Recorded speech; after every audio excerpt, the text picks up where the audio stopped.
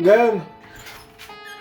Hawu, usalela namanje. Abanye bafana bavukile manje baphalapha. Baceda amagceke uyimanje. It's not. Hayi munca dadewethu. Ungangiqhathanisi nabanye abafana. Nami sengizovuka. Uyabona nawe ephandle njani? Manje mawuvuka khona uzakhona noma uzolokhu ihlalele nje la endlini. Angiyindawo nawe uyazi ukuthi angizulu nje. Ya, namhlanje impela hlala lapha endlini ungayindawo. Kufanele nje uhlale. Awu, manje lokho kusho ngalephi ke? Hayi, thula wena uzoyibonela ukuthi wangisho njalo. Hayi.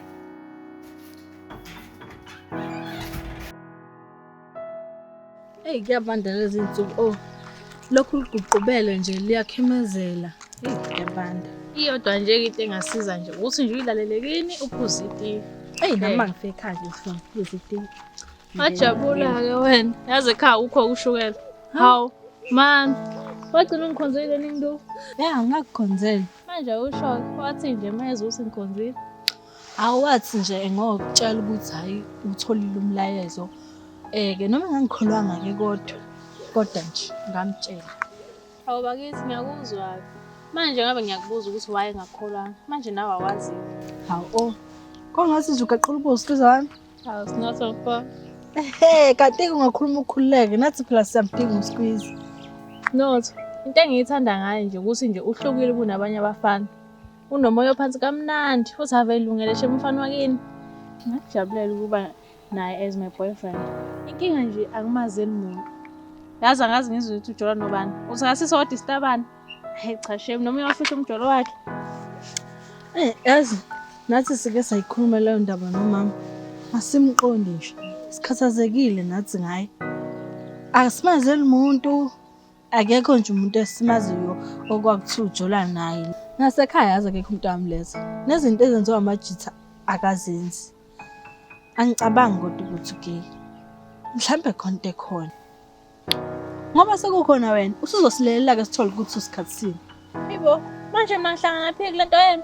Uyahlangana. Angithi wena uyamthanda. Yilapho kokungena khona. Nginecebo lokuthi fanele senze njani ukuze sithole londo wakho omthandayo ukuthi usikhatsini.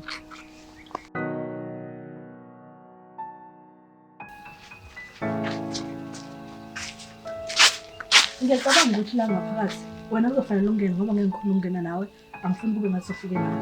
Awufisi. Hamba. Ngeke uzobe nenkinga.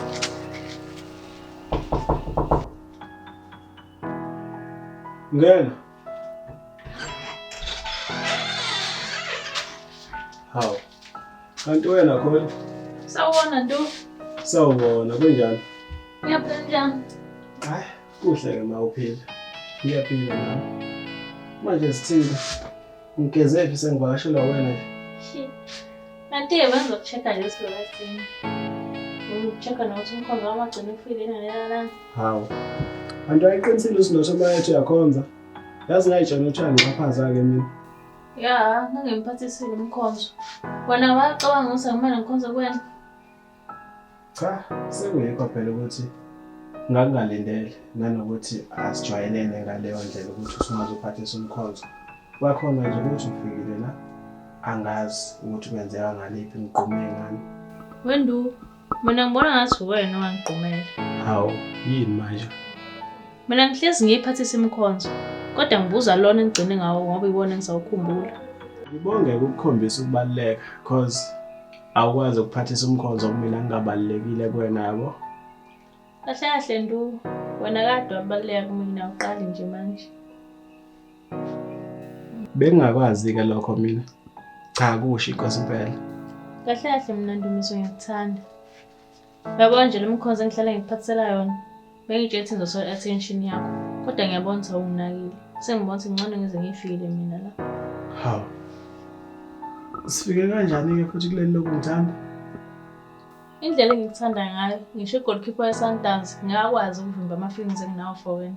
Bengingalindele ukuzwa lokho ongitshela khona njengamanje. Kodwa ke anginayo futhi impendulo eqondile mayelana nalenkulumo yakho oqeda ukungitshela yona. Ndu, Ya. mina njengamanje sengibona ngithandana nawe indoda yami wena. Cool. Kahle kahle. angiqondile ukuphula inhliziyo noma ukukudelela. Ngeke ngikwazi ukuthandana nawe. Okungcono nje singaba ngabangani.